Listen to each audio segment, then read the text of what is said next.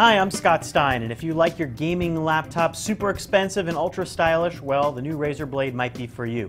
We reviewed the Razer Blade last year, or actually earlier this year, in its first configuration, and it was a thin but very expensive $2,800 laptop that had specs that didn't quite match up to the types of cutting-edge gaming laptops that we've been reviewing, but it did offer some interesting interfaces and designs. Had a really cool touchscreen trackpad called the Switchblade UI that was futuristic but didn't quite have that many apps. Now, in late 2012, the Razer Blade has been upgraded and the price has been dropped down to $2,500, and what you're getting is a very improved set of internal specs. You're getting a quad-core Core i7 processor, you're getting NVIDIA GeForce GTX 660M graphics, and you're also getting a larger amount of hard drive space, 500 gigs instead of 256. Now, once again, like the previous Razer Blade, there's no optical drive. This is a super thin laptop. It's actually nearly as thin as a Retina display MacBook Pro. And hey, this had the idea before the MacBook Pro did in terms of introducing a very thin, initially solid-state based laptop with high-end specs as opposed to going the Ultrabook route.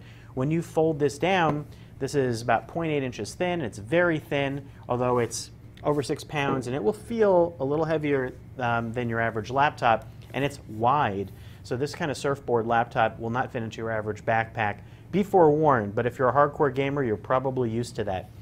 Now, what you're getting here is a lot of design. This beautiful metal chassis, you're getting a fantastic 17-inch screen, and you're buying into that Switchblade UI. Now, instead of a trackpad on the bottom, you're getting a touchscreen trackpad over here with 10 programmable LED buttons above. Fancy stuff, but what is it really used for? Well, the first time we wondered where were the apps. There are about 10 built-in apps ranging from Facebook apps to browser apps to a calculator, nothing tremendously exciting. Now there are 4 games that are supported with apps: Star Wars: The Old Republic, Counter-Strike, Team Fortress 2, and Battlefield 3. And what those amount to are really more like customizable button sets that you can bring up with a touchscreen interface on the bottom. Very useful when you're playing a game like Battlefield 3 perhaps, but not really true second screen gaming that you may be seeing perhaps on the Wii U coming out. Now, it's a nice touch, but is it worth buying into? There are more apps that are going to be on their way, and you can program these top buttons yourself and add either your own graphic assets or an increasing library that Razer provides. But that's a little bit of a hobby type of experience, and in terms of an out-of-the-box supported library, we're still waiting for more games. That brings us to the question of Windows 8. Well, this is not a Windows 8 laptop, although it will be Windows 8 supported. Razer promises that they will be updating the drivers for this in time for Windows 8 launch or shortly thereafter.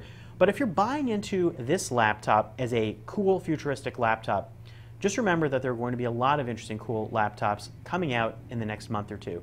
A lot of them with touch screens, a lot of them that flip into crazy origami shapes or slider laptops. Those are going to be maybe even more interesting to show off. But if you want a cool gaming laptop, one that is specifically meant for gaming, well, this is probably the most stylish and interestingly designed one that's out there, because let's face it, a lot of gaming laptops are pretty conservative looking and they're a little thick and heavy, and they opt for power over cool factor. All in all, it's an improved product, although maybe you might have an issue with no optical drive and a hybrid hard drive instead of SSD. I like the extra storage space, and I also like the extra performance. This is the new Razer Blade for late 2012. I'm Scott Stein.